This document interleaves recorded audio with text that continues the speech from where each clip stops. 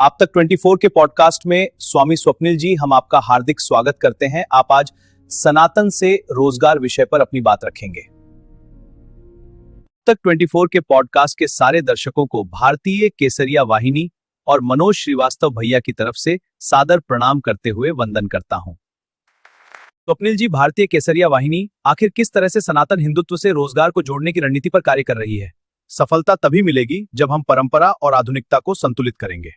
सनातन से रोजगार का हमारा विषय किसी जाति वर्ग विशेष से नहीं है, सिर्फ और सिर्फ सनातनी हिंदुओं के बच्चों हेतु रोजगार से जुड़ा हुआ कार्य है, बिना भेदभाव के।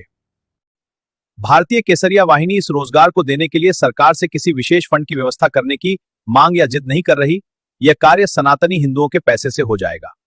क्या भारतीय केसरिया वाहिनी हिंदू बच्चों के लिए इस रोजगार को देने के लिए हिंदू समाज से किसी दान या फंड की मांग करके जुटाएगी, या कुछ विशेष योजना बनाई गई है? क्या आपको एक बात की जानकारी है कि सरकार सनातन हिंदू मंदिरों को छोड़कर देश के सभी धर्मों के धार्मिक स्थलों पर चढ़ाए गए दान में से 1 रुपया नहीं लेती, और वहीं दूसरी तरफ सरकार हिंदू मंदिरों में चढ़ने वाले दान से थोड़ा कम ज्यादा भले हो सकता है, लेकिन औसतन लगभग 10 लाख करोड़ रुपए सालाना कमाई करती है।